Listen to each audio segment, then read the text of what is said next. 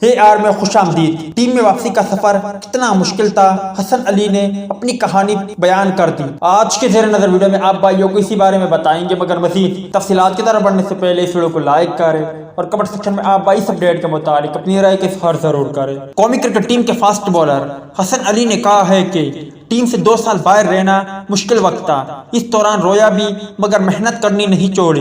حسن علی نے زمبابوے کے خلاف پہلا ٹیسٹ میچ میں 9 وکٹیں حاصل کی، جس پر انہیں مین آف دی میچ کا ایوارڈ دیا گیا۔ ٹیم میں کم بیک کے حوالے سے بات کرتے ان کا کہنا تھا کہ میری واپسی کا سفر بہت مشکل تھا، تقریباً 2 سال کرکٹ سے باہر رہا، میں نے اپنی فٹنس پر بہت کام کیا تھا۔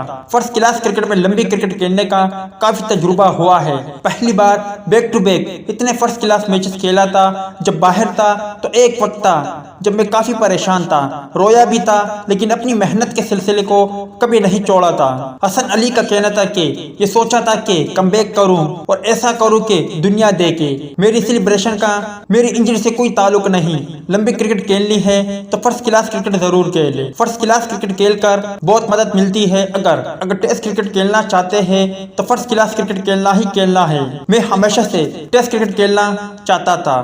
امید ہے دوستوں کہ آج کے مختصر ویڈیو بھی آپ بھائیوں کو پسند آئی ہوگی۔